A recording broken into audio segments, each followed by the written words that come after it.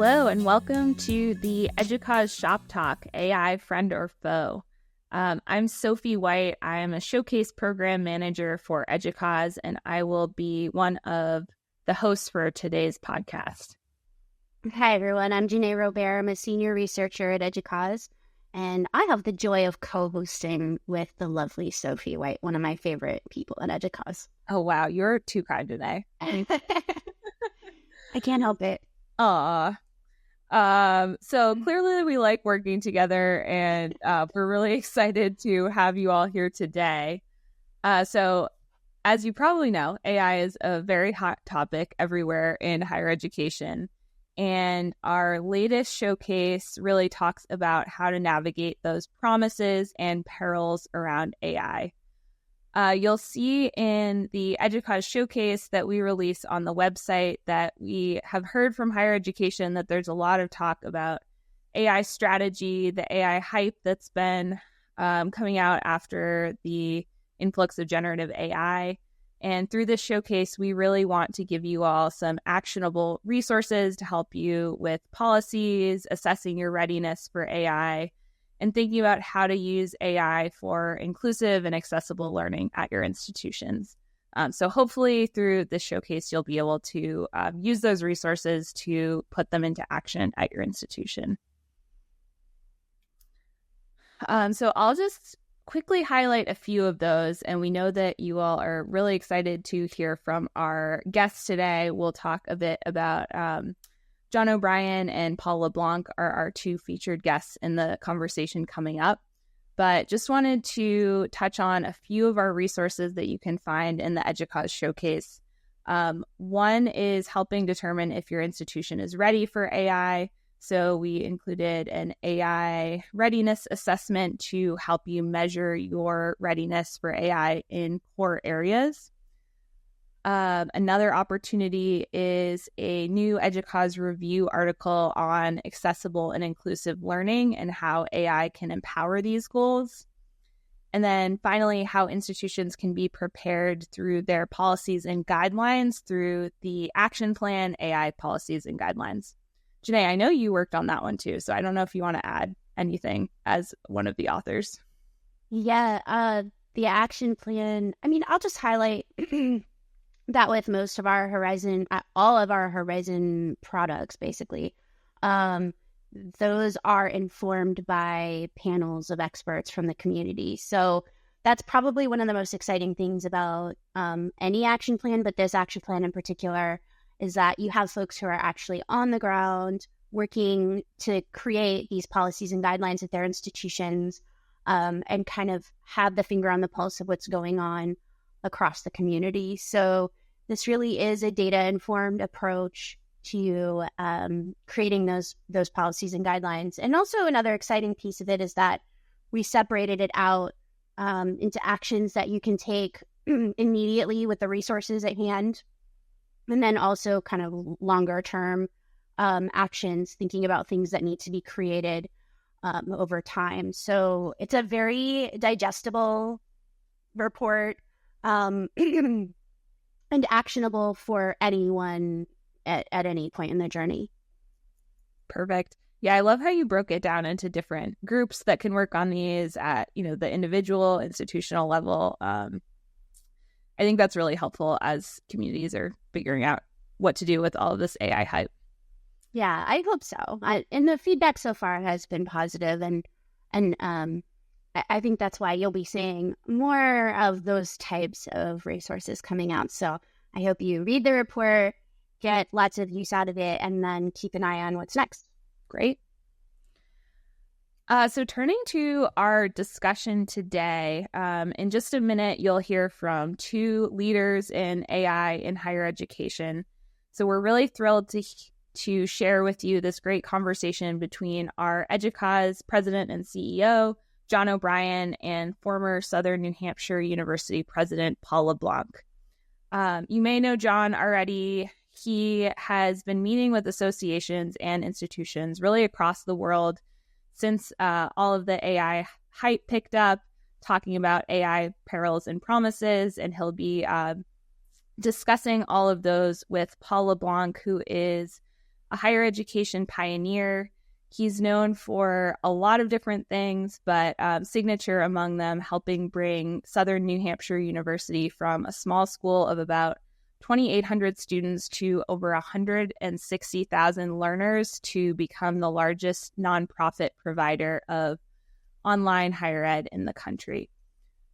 He and the university won a lot of different awards, which I won't list out right now, but many awards about innovation related to higher education during his 20 years as president. So we're really excited to hear from him today. He actually just retired in June of 2024 and is moving to a new venture as co-founder of Human Systems. According to LinkedIn, Human Systems is a new company taking a clean sheet of paper approach to reinventing learning in the age of AI and putting human well-being, connectedness, and flourishing at the center of the work. You'll hear a lot about how AI can actually improve these human connections during the conversation today. And I really loved that in addition to all of the words about Human Systems on his LinkedIn profile, he is currently calling himself the chief bottle washer as he just welcomed his first grandchild. So from here, we will let you take a listen to that conversation, and then Jenay and I will be back afterward to talk about some takeaways with you all. So enjoy.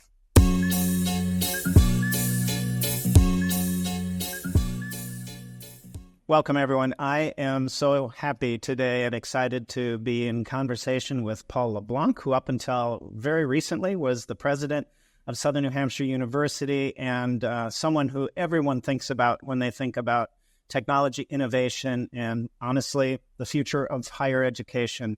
So welcome, Paul. So it's always good to be back with you. Thank you for having me. Thanks for the kind words. And I'm thinking the last time we were together on a Zoom screen would have been when you and me and George Siemens, who's your partner in all things AI these days, were together at the Washington Higher Education Secretariat. Remember that? And we were talking about the impact of AI and the future of higher education.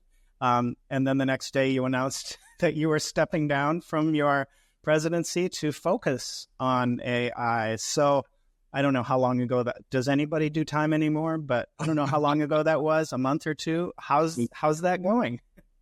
It's going well. My last official day was June 30th. So great send off, lovely transition. We were lucky, that announcement happened in December. So I have a wonderful successor who's sort of a unicorn. Lisa Ryerson had been my university provost for 2 years, but she was also an experienced college president leader. So we get the best of both worlds, the internal and external, excuse me.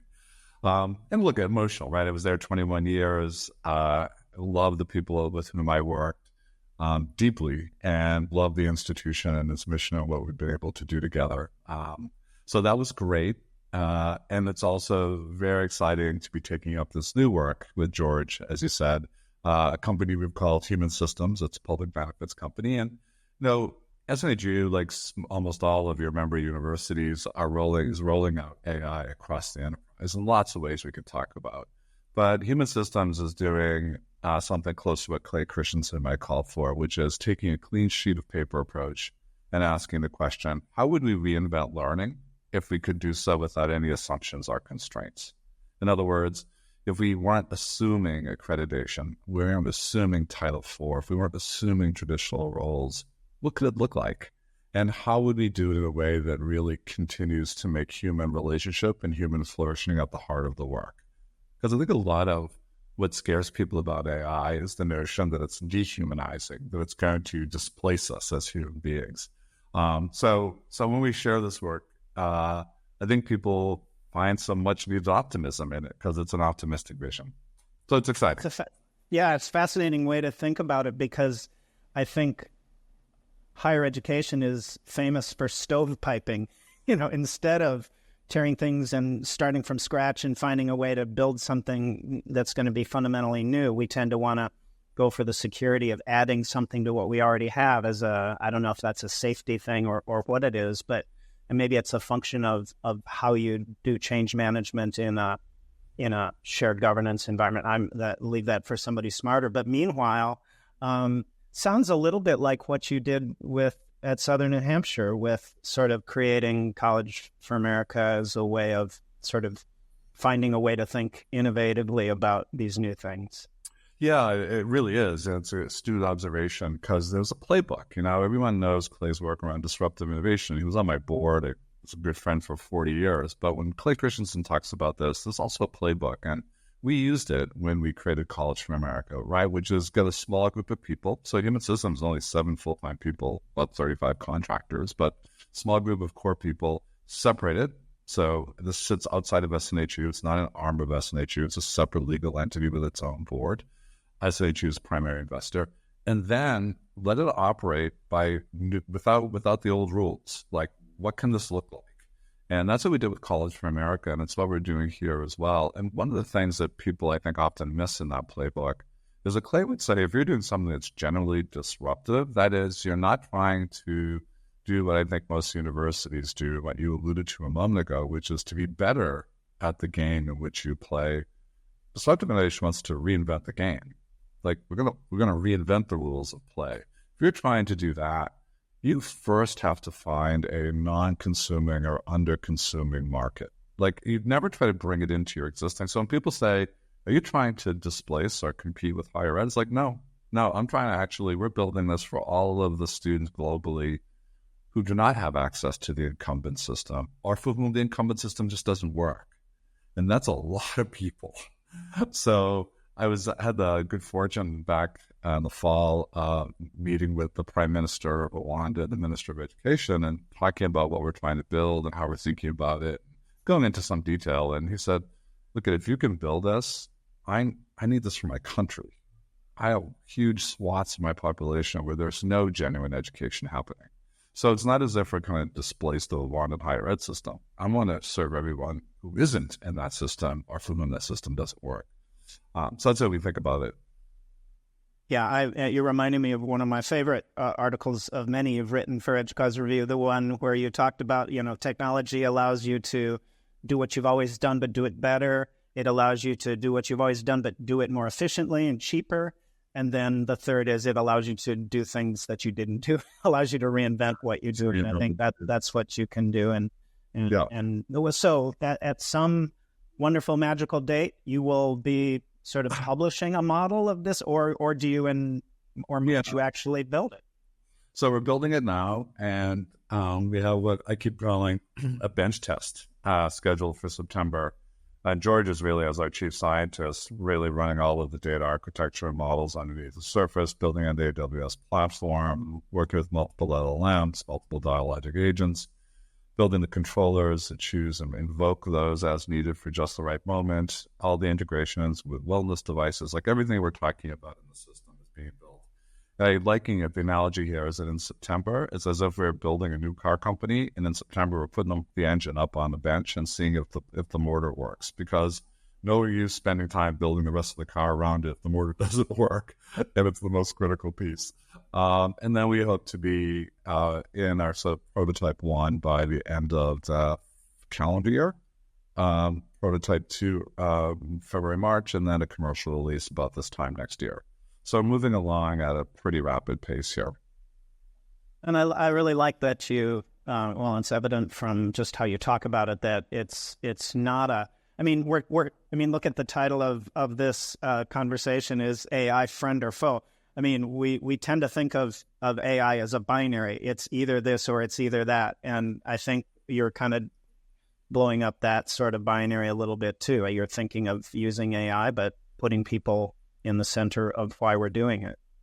Yeah, but that raises really, I think, such an interesting question, John. It raises such an interesting question, which is that the bigger thesis we have is that if you think about universities as having a priority right now on creating knowledge workers for a knowledge economy, right? So much of the talk about higher ed is about the intersection of higher ed and workforce needs and producing the right workers, et cetera.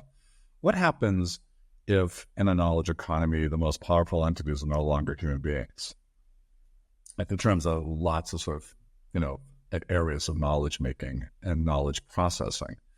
What happens to the workforce And if universities produce knowledge workers, what happens to universities? And as you've heard George and I say, we've talked about this with you, we really think that there will be a more existential and fundamental shift away from questions of epistemology, right? Questions of knowledge. What do you know? What counts for knowing? How do you know? What knowledge is important? How do you test knowledge?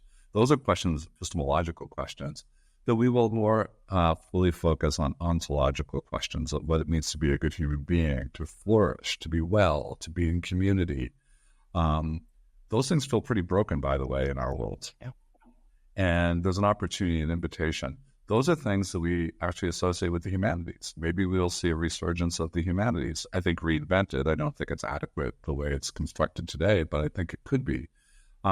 Someone argued when I was having this conversation, said, so you're really talking about all the way back to the roots of the university, because the university's roots were, in many instances, connected to cathedrals, monasteries, and they were really about philosophy and religion and existential questions.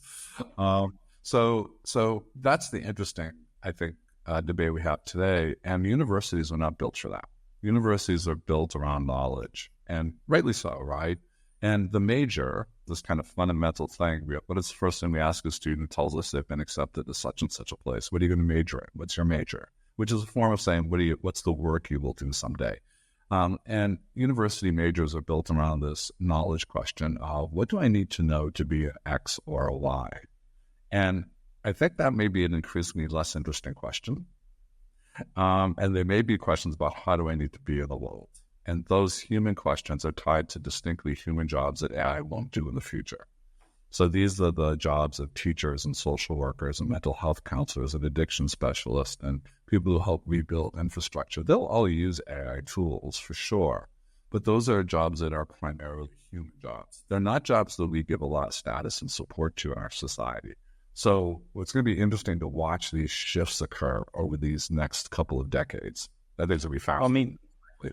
Yeah, and meanwhile, the charm of higher education is our curiosity. It's built into the fabric of what we do, and I loved that one of your first sort of salvos upon your new adventure was the article saying higher education is asking all the wrong questions.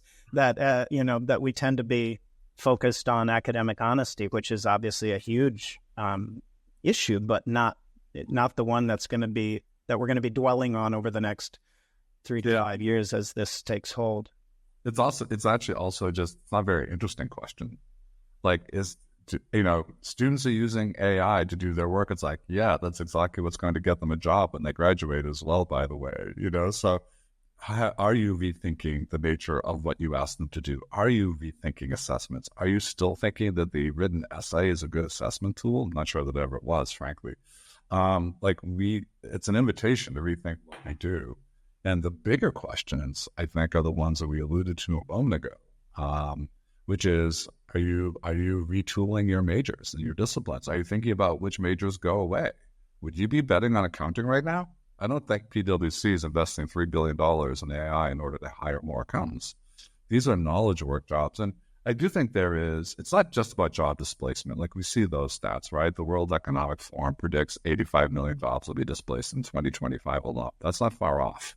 But then you also have people like David O'Toole, who I really love, whose work, a labor economist at MIT, who writes about the possible reinvigoration of middle-class jobs, where we have this recalibration. So I don't know if you know this piece, John, and it's we can maybe do a link after this for your listeners.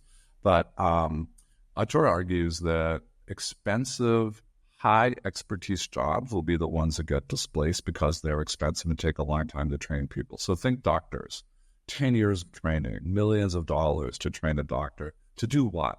To essentially do prediction work. You present symptoms. They're making a diagnosis as a prediction. This is what I predict, what I think you have. It's a form of prediction. And then you do all the tests, all the exams, and everything that kind of narrows that down, confirms it. And then what comes next is a prognosis, which is a prediction. This is how your affliction will progress. And then there's a sort of third version of prediction, which is these are the things, the treatments that will work best for you, right? Those jobs, that work AI is going to just be much better at. And the things that we wish we had more from our doctor is the conversation that says, hey, John, this is pretty tough diagnosis. Bedside manner. Right? Tell me about the conversation you're going to have with your family tonight when you get home from this appointment. Tell me about how you think about quality of life. Tell me about your support system. Tell me about are you part of a faith tradition? How are we going to make these decisions together? Who do you want to be in that conversation? Now, those are distinctly human traits. And what our Torah talks about is if AI is much better at the prediction work, maybe what we end up doing in a country that has far too few doctors and spends way too much on producing them to enable nurses and nurse practitioners who have foundational knowledge, right? They know how to put a PICC line in, they know how to take your temperature, they know how to do the physical part of your body. They have those human skills, typically more time and actually more richly. And now at their side will be a device that gives them all the expertise of the best doctor. And he thinks we could flood our healthcare system with nurses, way less expensive to train, way faster to train them. And we can, and those are good middle-class jobs. Those are $130,000 a year start salary, right? So that's a pretty positive vision. And I've argued and it was broken in 2022 that, we need to flood our K-12 system with amazing teachers and coaches and staff. We have a huge need for human jobs. We just happen to live in an economy right now that doesn't like to pay for them. That's what's going to get challenged. And where the binary of friend or foe doesn't work is because the reality is it's a collaboration with AI. It's not a friend or foe. It's a partner you work with and you use to be the best you can be at work, really. Yeah, but look at if you're a writer in Hollywood, AI feels like a foe. And the reality is you are going to have that algorithmic partner in your work, and you are going to have to learn how to really up your game. But the reality is there may be fewer people on the creative side. And I think I never want to sugarcoat the reality is that when you go through this rocky ride that is ahead of us, buckle up because it will be rough. We will see a whole job. Like when I think about the kind of administrative back office jobs that many universities have, a lot of those jobs will be automated. There's an argument that people have made that AI will do the white collar jobs what automation did to blue collar jobs. And I think there is some truth to that. And of course, there will be other jobs that get created and we'll shift. But I'm a big fan of Carlotta Perez. And I don't know if you know her work, John. She's an economist, a Venezuelan British economist. I feel another link in our future. Yes. Oh, yeah, yes. And she talks about what happens when paradigm shifting technologies come into a society. So she looks historically at what happened with industrialization and steam, electricity occurred, right? Like that's a big paradigm shifting technology. And what you enter into is this kind of frenzied period and a period where everything is upended. And they often will last decades. I think this will be faster. And they're pretty traumatic. Like that's when governments fall, revolutions happen, wars begin. And then a lot of positive things happen. So if you go back to the Industrial Revolution, we create the middle class. We lift a huge percentage of the population out of poverty. We create global trade. We create capitalism for good or bad. And then secondary technologies take hold. So now all of a sudden, communications technology and supply chain technologies and roadways get built. A lot of things happen because of that. But the intervening time is there are winners and there are losers. The old assumptions don't hold, and you kind of have to buckle up for that. And I think we're in the buckle up period, which you would then argue is it gets sorted and you come into a new golden age where all of the benefits start to accrue. But the transition will be hard. I think that's what is in store for universities. We get kind of a tough transition out of us. Well, especially given the lag. I mean, the workforce changes are happening in a speed that we've not really ever seen before. And meanwhile, are we still going to be churning out the same students with the same degrees that may or may not be relevant for this new? So the stakes are really high, and there's a pretty big sense of urgency around this.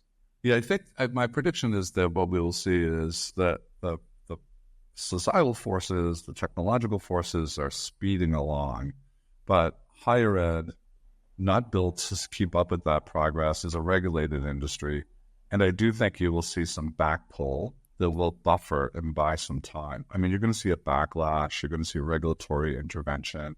You're going to see a bunch of things happen that slow down the pressure on higher ed. The danger is that that slowdown is used to simply dig in versus let's use this time to thoughtfully recreate and rethink what we do.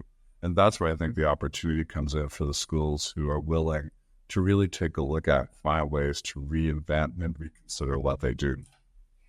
And do you fundamentally believe that, I mean, you've been doing this for a while and I haven't been on a campus for a while, but the hardest of all hard to move needles is student success, graduation, completion.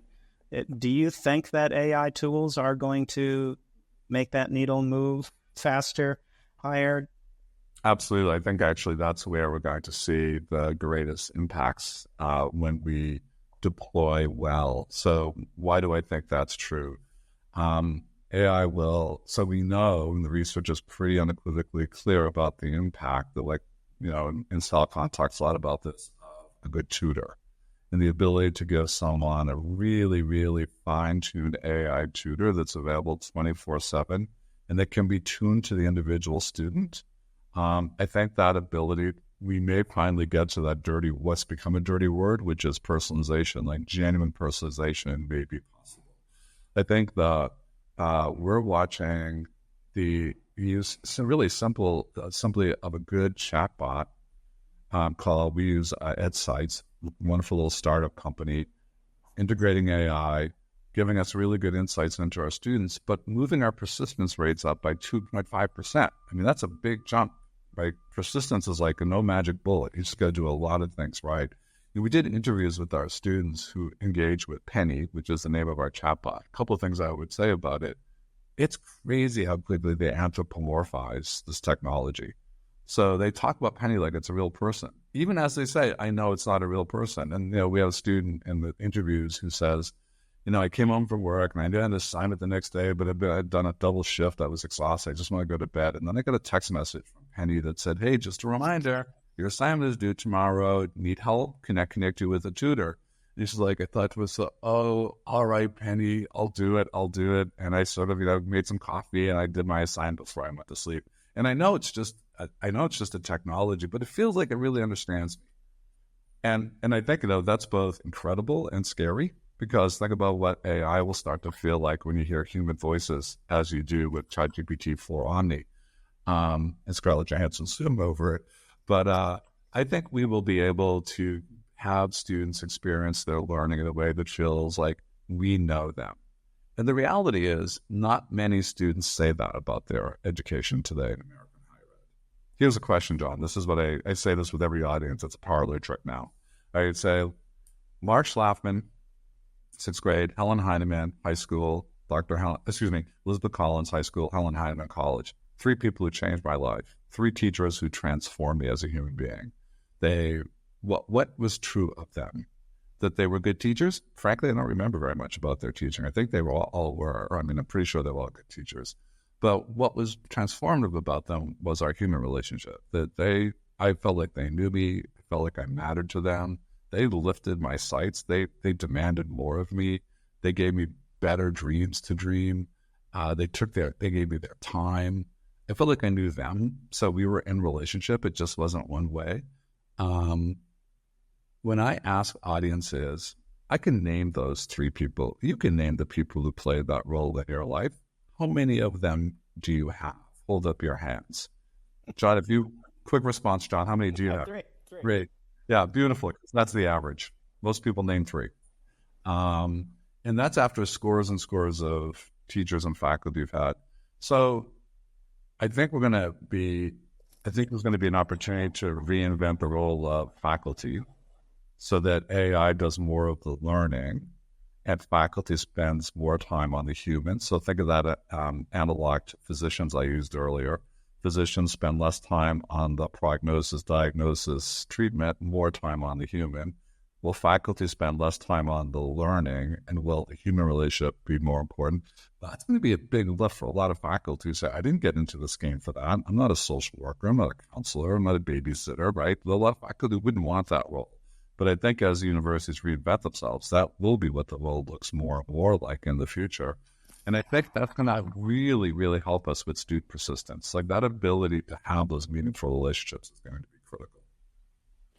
It's funny you say that, because being a former faculty member, actually a former faculty Senate leader, I frequently find myself explaining to some technology folks just what it feels like to be a faculty member. And I always say it's over the last decade or more, it's been a kind of a bait and switch. Like, you went into teaching to be one thing, and then you have to be a counselor, a subject matter expert, somebody who knows assessments, and maybe in a way, these tools will allow you to go back to what you originally thought teaching was, which is connecting with students, knowing your subject matter, provoking learning, kindling curiosity, all of that. I never thought about it that way before. Yeah, it's interesting, John, you say that, because I think some faculty went into it for that. Others went into it for the love of their discipline. And I tend to think we're overweighted on the latter, not the former. But let's assume that everyone gets in it to work with students.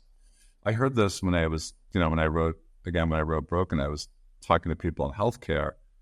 If you talk to doctors, almost all of them had a calling to the field because they wanted to work with patients, that wanted to help them and improve their health and their well-being.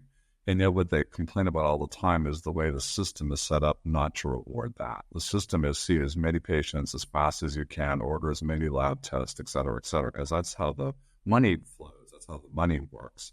And if you think about what we reward in universities, again, there's many kinds of institutions that hire it, but in many of them, the reward structure does not say, spend your time with students. The reward structure says, get another article published, the next book come out, serve on these committees, blah, blah, blah, blah, blah. So I do think this is going to be an invitation to get refocused on students. That's my hope. It's a really positive one, actually. So you've provoked a lot of sort of mind-blowing thinking about ontology and epistemology and the future of workforce and all of that as it should be. Meanwhile, there's a bunch of folks from colleges and universities of every kind potentially listening. What are one or two things you would suggest a leader or motivated professional at one of these institutions should be doing around this topic right now? Yeah, I think getting smart. And getting smart means both reading. I could reel off a list of publications that I think are worth looking at. The second one is playing.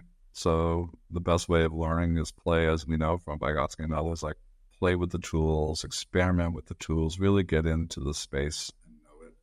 I think institutional leaders have lots of people who want to use AI as a friend, who are actually not digging their heels and saying no damn way, but they don't have the supports, the guidance. Like, start to build the resources internally to help all those folks who want to do good work with AI, and start to think about it.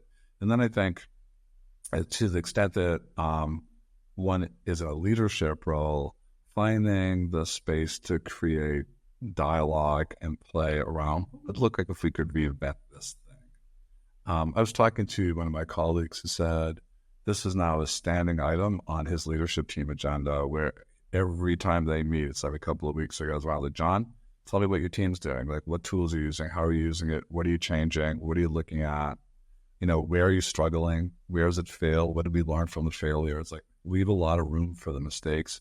I think, it is classic change management in the end, but you have I think there's a lot of more excitement out there than we tend to identify. When I give these talks, I'm always struck by the follow-up from people like, I was thinking this, like, I really want to move this way. So yes, there are a lot of folks who are scared, and I understand it, or who are anxious about it. But there are a lot of folks who are eager to shape this for the future.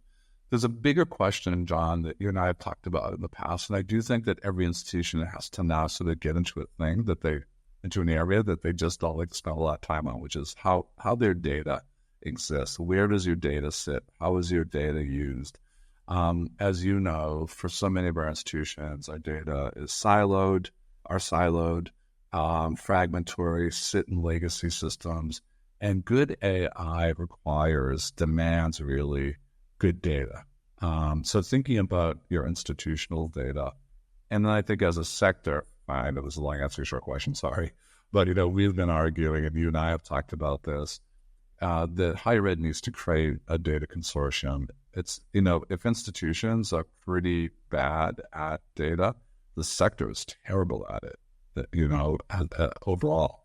And if we will never have AI tools built for us, and we'll never be able to build our own, finely trained and tuned for the needs of post-secondary, if we don't have our data. So ACE has an initiative right now. There's some grant funding coming together. George Siemens and his team did the technical white paper on how to do this to create a global data consortium. And I think that's a really powerful idea. I know it's not sexy. I know it's not as cool as like creating a video in 2 minutes, but that underlying data architecture is really critical to do good things with AI. And protecting against algorithmic bias, hegemonic bias, and lots of the other things that we worry about. Cybersecurity, privacy. Exactly. Oh, yeah. Yeah. And that's what the work of the white paper was, because I spoke to heads of organizations and universities globally, and if everyone who said they want in actually joins the data consortium, we would have 40 million students represented out of the gate. But table stakes for them is student data, student privacy, and security. And that's what the technical white paper seeks to do, is build an architecture that ensures that. This conversation could go on for a couple of hours, and I'd be happy for both of those hours, but I think I'll probably wind it up here with an observation, and it's that, I think for a lot of folks listening, sort of wondering, what would it be like to have a president who really understood technology and the way technology could be used? And it's fun to see that in action. Talking to you about this, I think the other thing that is equally clear, for example, if you did a transcript of this talk, I think you used the word love 3 times, and I also tuned into your graduation ceremony as you were saying goodbye, and it's a word that comes up. I think you make it possible for us to think about technology, innovation, and love in the same sentence, and it works. And it works when you lead with technology, and you lead with love, and you lead with people. And I always find talking to you an inspiration. So thanks for making time for us. Thanks so much, John. If you'll let me, one final thought, closing thought is, I'm here in San Diego, where we're celebrating the first 7 days of life for our first grandchild. So last Monday, Simon was born, and he's a healthy baby boy. And I think about the world in which he will grow up. And there are so many visions. I mean, we've all seen Terminator, right? We know how this could go wrong. But I think there are versions of the future in which it could go so right. And I know that people look at AI and often worry about what it will do to our institutions and our society. But then I sort of ask the question, as you look around, what's working really well right now? Like, is this working? So if we could think about AI as a tool that allows us to get back to community and relationship and the human engagement, those 3 teachers, your 3 mentors, what they did for you. Imagine if we could do that for the so many people who have no one. Imagine if we could sort of undo the great damage of social media, where 72% of our young people describe themselves as extremely lonely. Imagine if we could sort of use AI to get, Stuart Russell from Berkeley, the great computer scientist, has this great set of lectures for the BBC. And one of them, he says, imagine if we told our ancestors that there's this thing in the future called the knowledge economy. It's pretty great. People make a lot of money. Every day you go to a big box. We'll call it an office building, but it's a box. And you'll go inside and you'll sit in that little box that they call a cubicle. But it's a little glass box. And you'll spend the whole day staring at a little lit box called a computer screen. So they would run the other way and say, that sounds like a vision of hell.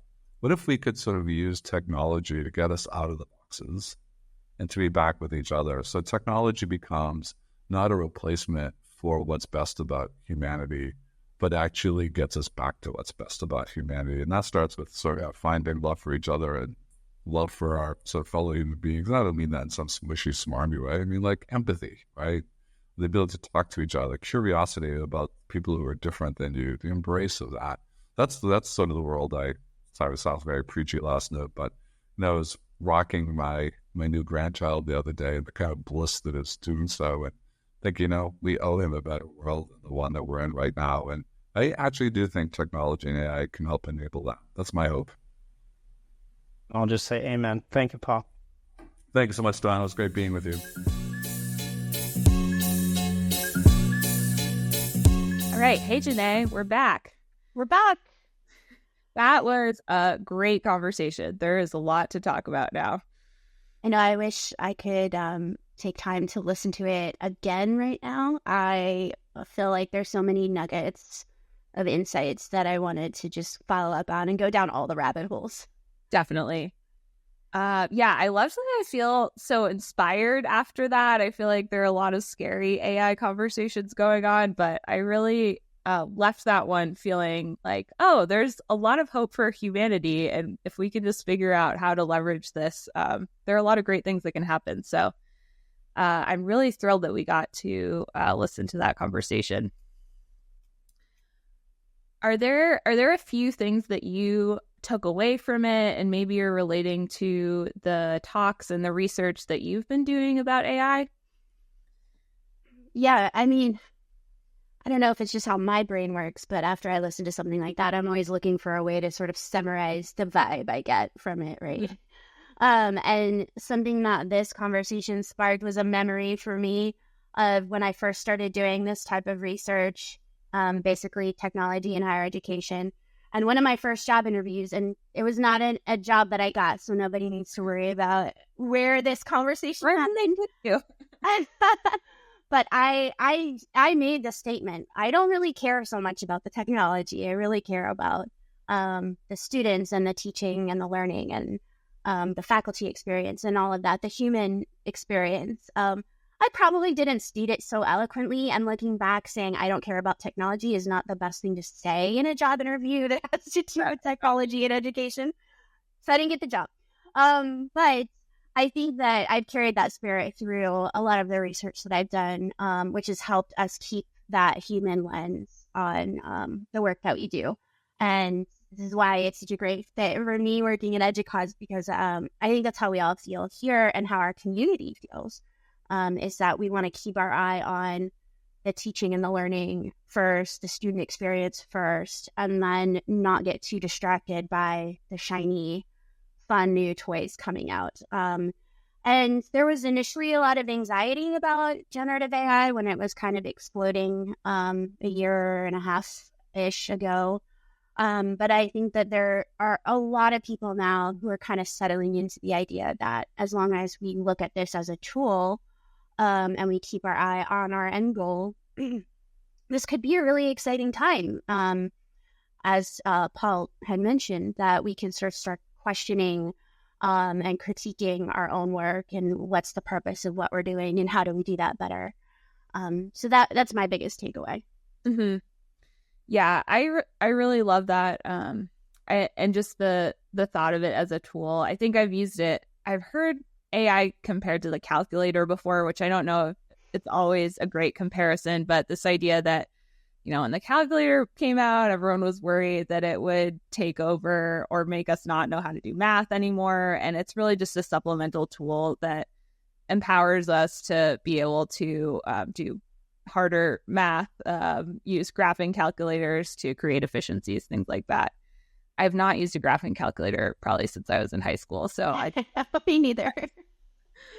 Yeah, and I thought it was really fascinating. So I tried to outline 3 things that I took away from the conversation, and then it started just turning into this big paragraph about me too. But I noticed that I really highlighted this idea of transitioning from a knowledge economy in which, this idea of knowing a lot is privilege, that is how you gain, jobs, power, influence in our economy, and transitioning to this more human-centric, like emotional, community-focused economy and how AI can actually empower that, which is a huge paradigm shift. So I thought I really loved how they discussed these larger systems of community, education, healthcare, government, and kind of what those changes entail.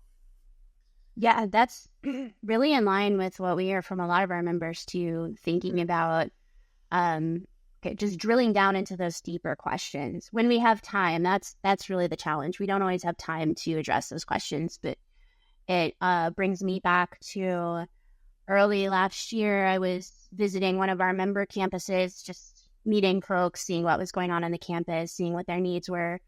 And generative AI was the hottest topic of conversation, of course.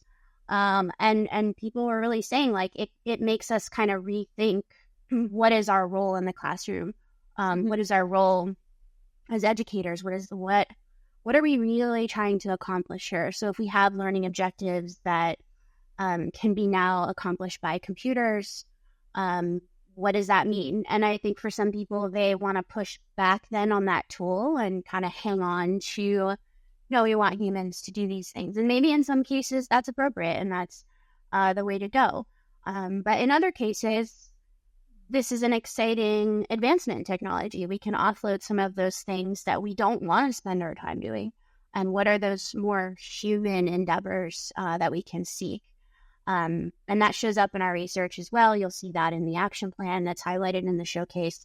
Our panelists and our community members are really, a lot of them, taking the opportunity to ask themselves what the real purpose of higher education is, and what is the role that educators as humans, what's the unique and special spark that comes between educator and learner.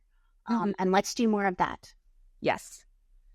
Yeah, I love that emphasis in the conversation on, faculty members being supporters of students, on, nurses working on these emotional conversations with families about diagnoses, doctors having the time maybe to be able to have those conversations with their patients is really inspiring. And at the same time, I think from a leadership and structural perspective, they mentioned we have to change the reward systems. We need faculty members to be rewarded for spending their time with students. And that might have to change if right now the reward system looks like publications and committees. So that's for sure. That's a difficult conversation to have.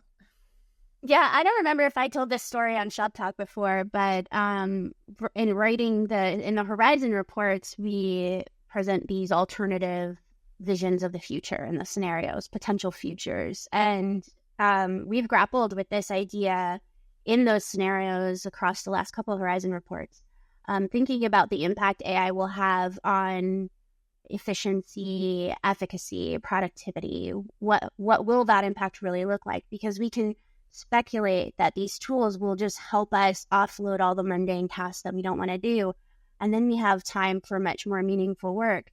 But there are other versions of the future that we could consider. What if we are able to offload work onto these tasks so then we can take on even more work? Mm-hmm. So I think that it's important to kind of keep that balance in mind and think about, and again, this is where like those action plans come in really handy, to think about what do we want that future to be, and what are the structures like you're talking about, and Paul mentioned those reward structures, for example, the procedures that we've all just gotten so used to, the cultural norms. What are those things that we need to be really purposeful about changing so that we can create the future we want to see with generative AI? Mm-hmm. Yeah, I think that's really important. I know, our showcase on hiring resilience that we released earlier this year, we talked about the workforce reports that we did at EDUCAUSE, and there was just so much research about burnout, staffing changes, things like that. And I think all of those points that you bring up are a really important idea, that we don't want to just continue making things more efficient at the risk of, burning out our humans who are supporting all of this work. Yeah, and this kind of connects you to thinking about the impacts on the future workforce, right? And that's something you and I both picked out in what Paul commented on. If we're in this knowledge economy where humans aren't the most powerful entity, what does the workforce look like? And it's interesting when I'm at conferences and we have these conversations about the future of higher education and the future workforce, which in my mind are quite intertwined. But for some people, they're not intertwined. So the questions of what is the purpose of higher education and what does the future workforce look like, and what does the future of higher education look like? These are all closely related questions, because if you're someone who does not believe that higher education, one of the primary roles of higher education is to prepare people for the workforce, which there are plenty of people who don't believe that. They think that higher education is more about helping people kind of become well-rounded citizens and better humans in the world, and that workforce issues are secondary. Then these concerns about what the future of the workforce looks like impacts higher education in a much different way. So I loved that, and it's probably the researcher in me. I love that Paul got into the epistemic questions, the ontological questions, and really kind of just questioning, like, what are we all here for? Mm-hmm. Yeah, it was very existential. I was an English literature major and got my master's in it. So I love all of the humanities conversations. I took some digital humanities classes in college. And yeah, I love this question. And I did like all of the resources you mentioned too. So I've been nerding out just reading those. But the Carlotta Perez one, he talked about paradigm shifts and technological revolutions. And I thought that was really important, just how I think we have this idyllic future that maybe could include AI, but the acknowledgement that we do need to buckle up because it will be a rocky transition until we get there. And hopefully it can empower us to have this really great future, but just the acknowledgement that this will be hard. And, that's where the human element of supporting each other and building a community to weather these hard times is also important. Yeah, I really appreciated that he mentioned that these shifts always impact some people in a positive way and some people in a negative way. I think he said winners and losers. And that's something that we also try to attend to in our research, particularly future-focused research, and thinking about there's never been a large-scale change in our society that has resulted in everybody everywhere getting better and being happier and improving. There's always a plus side and a negative side. And so sometimes it's uncomfortable to think about that because we're all here to make the world better. We want to think that we can affect change that just makes everything better. But even our best intentions, we have to be really thoughtful about what are the downsides, what are the risks, who's going to be somebody will be negatively impacted in some way. And then how do we mitigate those negative impacts? Mm-hmm. So I really appreciated that part of the conversation as a more balanced approach than what some other folks take a very techno-positive approach to generative AI. And I have certainly been guilty of that in moments as well. But it's great to have that reminder that we really need to focus on both sides. Mm-hmm. Yeah, I think this question of AI, friend or foe, it's both depending on who you are and how you're. Yeah. So, I thought that was a really important point. But I do like the consideration of, I think he said that his work he's trying to build for students for whom the incumbent system doesn't work. And I think, in higher education, that historically there are students who are left behind, and maybe this AI is a way to empower those students who need that, additional really personalized tutor to support them and give them a nudge when they need to turn in an assignment. And it can be really powerful in those ways too, to support the students who need it. Yeah, he really made me think with some of those statements around that. And I wouldn't be surprised if you see some of that line of thinking trickle into some upcoming Horizon Report writing, because it really did impact the way I'm thinking about the future of higher education. We have a tendency to think about just the higher ed system and who they're serving now and who they're not serving now, and how the higher ed system needs to change to serve more people or whatever. We don't often, in my work, I don't often bring in these ideas around sort of alternative versions that don't replace the current system, but it just supplement. Mm-hmm. And so I really appreciated that. I don't know where my mind will land in that line of thinking. or my opinions about the future, but I know it's making an impact and my wheels are turning. Definitely. Yeah. Yeah, I feel like I came away from the conversation just thinking about all of these systems in the world and where we as humans fit in. And it's just been, this very existential conversation, which is cool to be able to have. Yeah, I was laughing to myself the other day thinking, I don't know if I could be friends with someone who hasn't had or doesn't often have existential crises.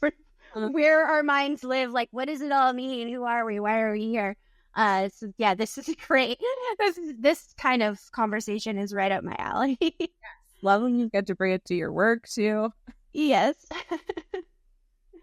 I think that the part I was trying to bring myself down to earth of what can we do right now about AI, and I did appreciate that they talked about data too being so powerful and a foundational thing we have to focus on. Our last EDUCAUSE Shop Talk and Showcase was about improving data quality and governance, and it's maybe a less exciting feeling conversation to have, but just this idea that all these AI models are running on these large data sets, and in order to make them work for higher ed, we also have to get our data in order. So I think that's a really good immediate thing that we can do at the institutional level and across higher ed as a whole. Yeah, and if that's something folks listening are thinking that's where they need to be focusing their energy, I don't think it's actually in this showcase, but we do have some other data governance specific resources like action plans and so forth. So definitely dig those up. And I'll just highlight, because it's top of mind for me, what I've been doing this week is writing the next Horizon report, which is focused on cybersecurity and privacy. So all things cybersecurity and privacy are top of mind for me because of that writing. And that's a major element of data governance as a whole, but particularly complications that are being introduced to the institution because of AI and generative AI in particular. So yeah, I would say less exciting and maybe a little more scary sometimes, but I would argue some of the most important elements of the conversations that need to be had on our campuses right now are around data governance and cybersecurity and privacy. Mm-hmm. Yeah, I think that's a really good starting point. And when we talk about AI as a foe, those are some of the ways that it can be really risky. But if you get those foundational pieces, security, privacy, data governance in order, there are a lot of opportunities too. We'd be remiss too if we didn't make sure to emphasize it. I think sometimes we forget to say it explicitly because it's just woven into the fabric of who we are as people and who our members are. But when we're thinking about AI as a foe, really important to consider the equity implications and impacts on the environment. There's been a lot of interesting news coming out about companies' environmental impact projections kind of being blown out of the water, no pun intended, because of their investments in AI infrastructure and what those impacts are on the environment. So definitely two sides to this coin, and both equally important to discuss and address. Yep, absolutely.